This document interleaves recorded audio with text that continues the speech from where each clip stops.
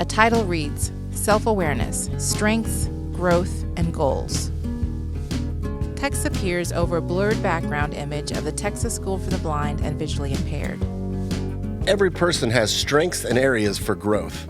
Identifying what we do well and what we need to practice helps us as we set goals for different aspects of our lives. In this video, people who are blind or have low vision discuss their strengths and areas for growth, how they set goals, and how they meet challenges as they work to achieve those goals. A young Hispanic woman speaks to the camera from her home. My name's Adeline Granger. I'm a licensed cosmetologist and cosmetology educator. I actually work at the School for the Blind on the weekends, at Weekends Home. And right now I'm back in school. I'm majoring in psychology at Austin Community College, hoping to transfer by the fall. I was definitely brave, got a little bit of braveness when I was in my last couple years of high school. I tried a bunch of things that I never would have tried, but I just went for them. I joined a jazz band, not knowing. I joined the jazz band to play a bass guitar, not even knowing how to play a guitar. So there was a lot of things like that that I did in high school that inspired me. But the biggest thing I did that was a pretty big move in high school was getting more involved with hair and makeup. So I did, for about 3 years in high school, I did the hair and makeup for all of the school plays at my high school. So that really inspired me and gave me motivation. And when you do, I think when you try something that seems daunting at first, you're like, oh, I would have never have done this otherwise. But when you try something that looks a little scary, but you try it and you get through it and you do pretty good, I think that's a confidence booster. If I hadn't have done those things, theater, prom, little classes I did, if I wouldn't have done those things, I wouldn't have realized my strengths in that area. But of course, it did take being a little brave and being like, this is a little scary. I'm not sure about this, but just trying it out and getting it through it is a way to discover my strengths, and that's what really helped me, is just trying everything I could. A young Mexican man speaks to the camera from his home. I am Salvador Villa, but I go by Sal. I am a 21-year-old college student at ACC, waiting to transfer to the University of Texas here at Austin. I mainly coach sports for the Boys and Girls Clubs here at the Austin area, and I love to cook, play drums, exercise, and be a foodie. I'll start out with this. Because I grew up in the Valley, I was always told subconsciously that there was only a set number, like a small number of careers I could go into because I was a blind person. That was either a lawyer, an interpreter, or that was back in the CD days in the early 2000s, a DJ. And I'm like, okay, cool. I guess lawyer works best because, again, I'm a first generation college student in my family, and I'm the oldest son and the only son. So not only do I have the challenges of a blind person to overcome, but I also have those cultural, I wouldn't say pressure. Well, I guess it can be pressures. I don't see them as pressures. I see it as just a little motivators, right? But some people see it as pressures because if you're the first one in your family to be in this country and to attend college and graduate high school, and you're also the oldest and only son, you're expected to do a lot in Latino cultures, which is fine. So you always have to keep, I kept that in mind all the time. So I wanted to be a lawyer. And my senior year in high school, I was talking to one of my really good mentors in the National Federation of the Blind. He's like, well, Sal, let's be honest, man. I don't think a lawyer is a good fit for you. And again, there was something I knew subconsciously, but I didn't want to accept it because, again, I wanted to be the example for myself and others to follow. So he's like, well, let's sit down, Sal. And he's like, let's be honest. School is not your favorite thing in the world.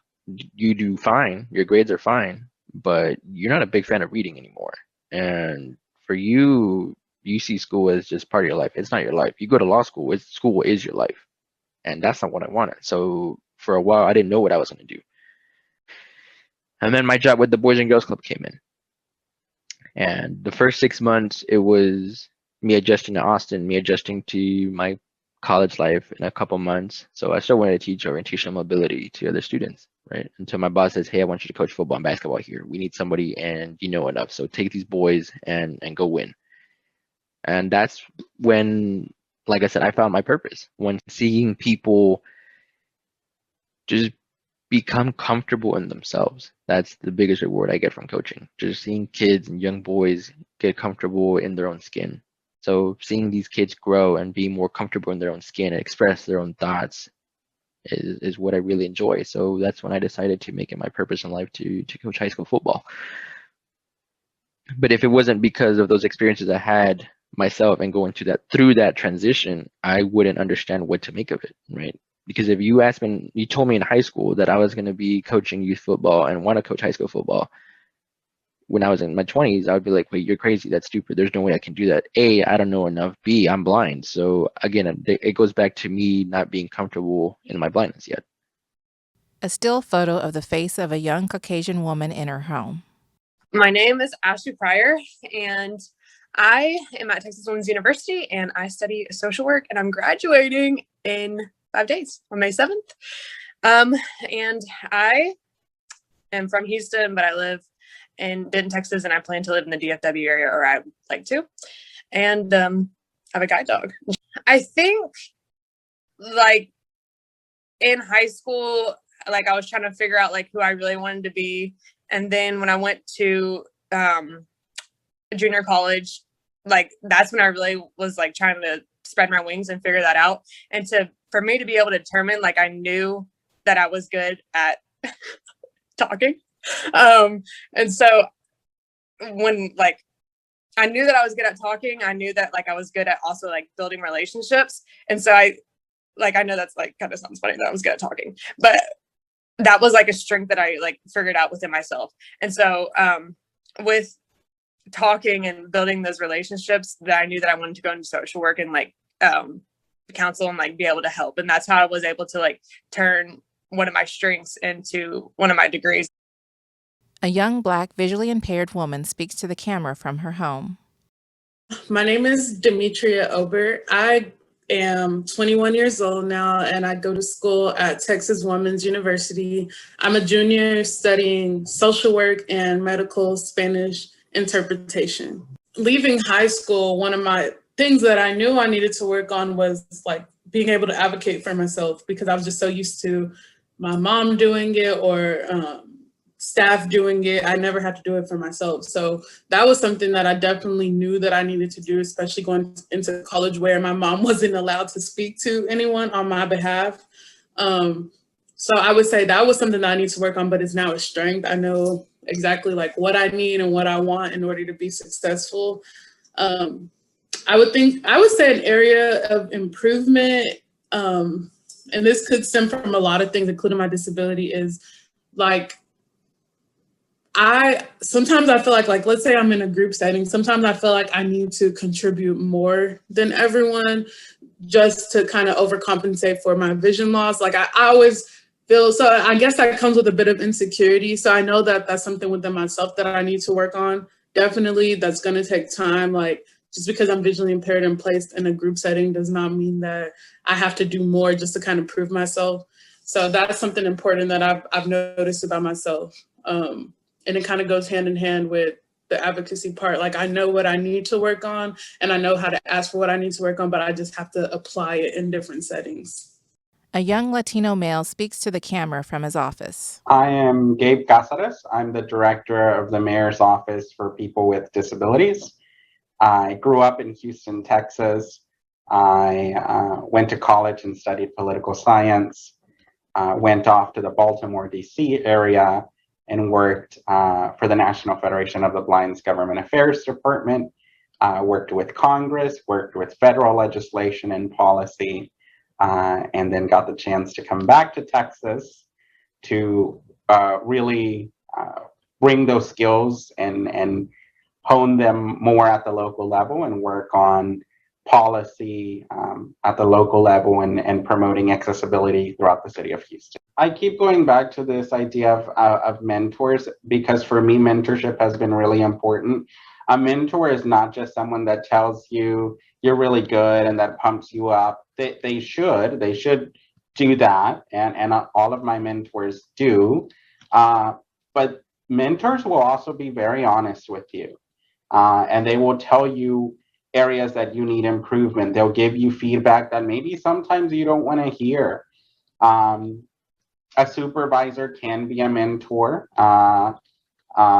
Professor, I have older friends that I consider mentors of mine. So that has been really important for me. I think I have a pretty good sense of who I am and what my strengths and weaknesses are, but having that relationship, having those external conversations with people that also engage with you and that perceive you, I think is really important to make sure that you're getting honest feedback. A still photo of the face of a blind Caucasian woman in her home. Hi, I'm Norma Crosby, president of the National Federation of the Blind of Texas.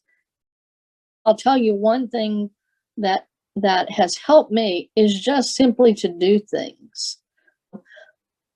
I think when you add those tools, you begin to build confidence in yourself. And as you build confidence in yourself, you begin to treat things a lot more like just anyone else does. You know, if I'm a sighted person and my boss asks me to go somewhere, I don't think, ooh, I don't know if I can do that. Usually you would just go.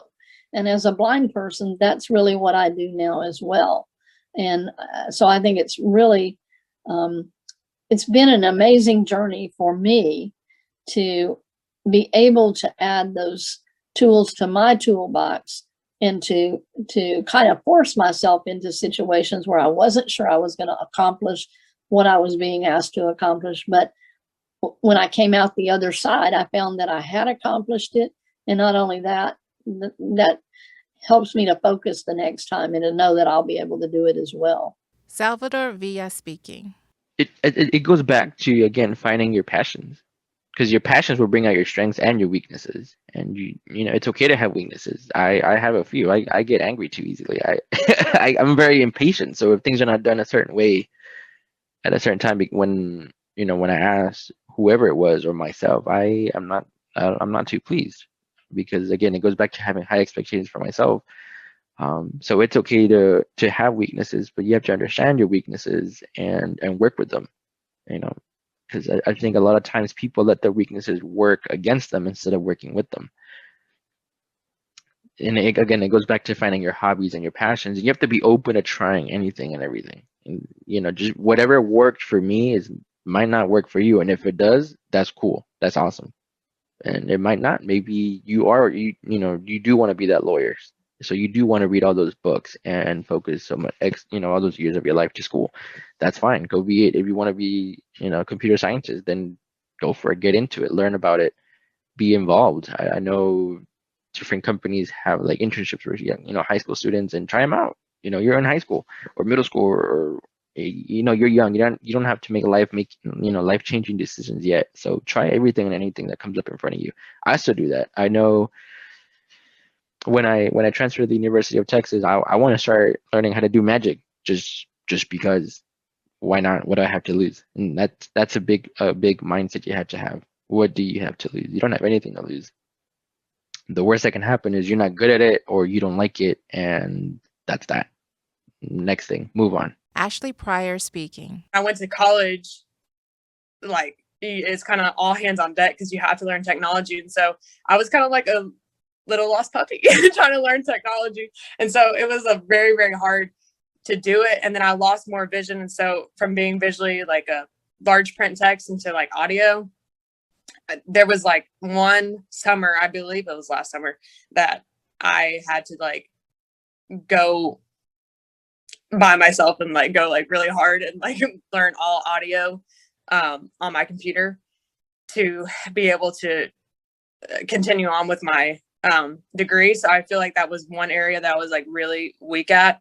And then like had to learn. And so technology was definitely not my strong suit, and it probably still is not my strong suit, but I had to do it and overcame it. And here we are today. I can do all audio things on my computer, not all, but trying to. So I feel like that was my weakness and probably still is my weakness, but we're getting a lot better at it. Adeline Granger speaking. I would say I'm one of those people that has set the bar a little too high for myself sometimes in life. And that's caused me to try things and be like, oh, darn, I really didn't do good at that.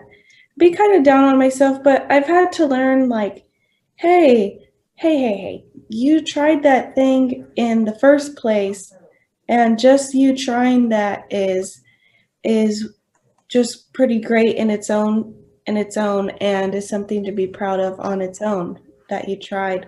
So for example, I did wrestling in high school, and I wasn't very good. I was not very good at wrestling, but I joined because I had a bunch of guy friends, and we're always messing around with each other. And I'm a small person, so I was like, you know what? I'm gonna show them I'm tough. So I joined wrestling, and like I said, I wasn't very good, but I went through with it and stayed the whole time, the whole season, and I persevered. And at the end, sure, my record wasn't something to brag about, but what I could brag about was that I did it in the first place. And I think a lot of the times we're just too hard on ourselves, and it's not easy to counteract being hard on ourselves, but you do have to tell yourself, you kind of have to reframe your mindset and say, you know what? I wasn't very good at that, but I tried it. And now I can tell people I was in wrestling. Now, they don't need to see videos, because then they'll find out that, okay, Adeline wasn't very good, but I can still say I did it because I did it. Gabe Caceres speaking. I was not a very good goal setter. Again, go back to the comment of doing things just to get by. But as I have, especially since I graduated college and really spent time working, I have recognized how important goal setting is. I have a friend of mine whose dad is a pilot, and he always talks about having your flight plan. And that's something that has really stuck with me, especially since I've started my career, is what is my flight plan? What is my goal? For a long time, I thought I wanted to go to law school right after college. That ended up not happening. And it actually was a really great thing for me because I got really valuable work experience. But my goal currently is to go back to school and get a graduate degree. So making sure that you have short-term and long-term goals. Some people tell you to write them down. Some people tell you, put them on your phone. There's a number of different ways that you can keep track of what you want to do. But the most important component for me about goal setting, and the thing that has really, really stuck with me, is making sure you have a flight plan. If you don't have an idea of what you want to accomplish, then I think it's really hard to set those short-term objectives that are going to get you to your long-term goals. Ashley Pryor speaking. For me, like, I have my big goals, which was like accomplishing my undergrad, and then I wanted to go get my master's. Those were my big goals, but also like my little goals are doing all my assignments, and then like making sure that my dog gets walked, and then like having my little goals that I know that I can accomplish, so that I can have like a sense of satisfaction towards like the week, and that gives you like a sense of like, oh, you did it, instead of like having huge goals that you can't accomplish through the week. And that's what I feel like really pushes you. Demetria Ober speaking. When I'm setting goals, I tend to look at kind of like the end outcome. So I'm definitely like a visualizer and a dreamer type person. So I try to set many goals to get to that point. So I know my ultimate goal is to graduate from college. And so I set little things periodically, more short-term goals to be able to reach that bigger goal, if that makes sense. So like every day, I'm very organized with it. Every day I make my to-do list of things I need to accomplish, whether it's apply for one scholarship today or finish this assignment today or things like that. So I'm very detailed oriented, and that's kind of how I set and conquer my goals. Sometimes it can get a bit much because I'm looking at lists all day of what I need to do and things like that. So I have tried to relax on that a little bit. But yeah, definitely I look at the outcome of it and then kind of work my way towards that. Adeline Granger speaking. It's hard to find out who you are and where you want to go in life if you don't expose yourself to different areas and like different hobbies, different trades. It's hard to figure yourself out if you're not getting out there.